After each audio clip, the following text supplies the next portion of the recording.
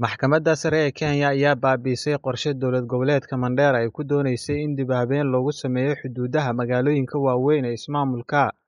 iyadoo ku tilmaamtay habraaca loo maray mid aan dastuuri ahayn, dadweynahana aan lagala tashanin. Go'aankan ayaa yimid kadib markii dacwad maxkamadda ay u gudbiyeen xildhibaanada laga soo doorto Mandera East iyo Lafey, Xuseen Weytaan Cabdiraxmaan iyo Maxamed Cabdikheer. Waxay ku doodeen in barasaabka Mandera Maxamed Aadan Khaliif iyo xukuumaddiisa ay ku tallaabsadeen isbeddel xuduudeed ayagoo aan marin hay'adaha sharcigu uu farayo sida Golaha Fulinta ee Countiga, Golaha Wakiilada iyo Shacabka Deegaanka. Garsooraha dhageystay kiiskan oo lagu magacaabo Bahati Mawuye ayaa sheegay in la jebiyey qodobka dastuurka ee 10, 174, 184 iyo 201, isagoo xusay inaysan jirin caddeyn muujinaysa in dadweynaha si rasmi ah loogu wargeliyey loogana qaybgeliyey arrinta xuduudeynta. Inkastoo la tixraacay qorshayaasha horumarineed ee CIDP 2023-2027 iyo ADP 2024-2025,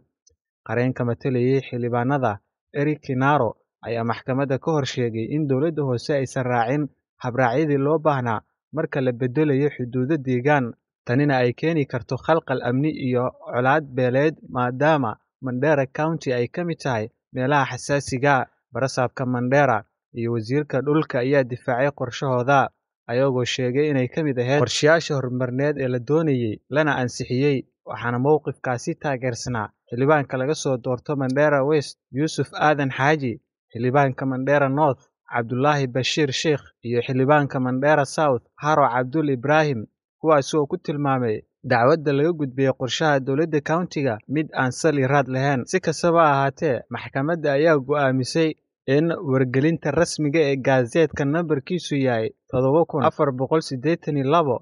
inaanay waafaqsanayn dastuurka, sidaasi darteedna ay tahay mid waxba kama jiraana. Maxkamadda ayaana hakisay howlaha xuduudada ku saabsan ilaa laga helayo in dadweynaha laga qaybgeliyo islamarkaana la raaco sharciyada kale sida fulinta habraacyada sharciga waafaqsan.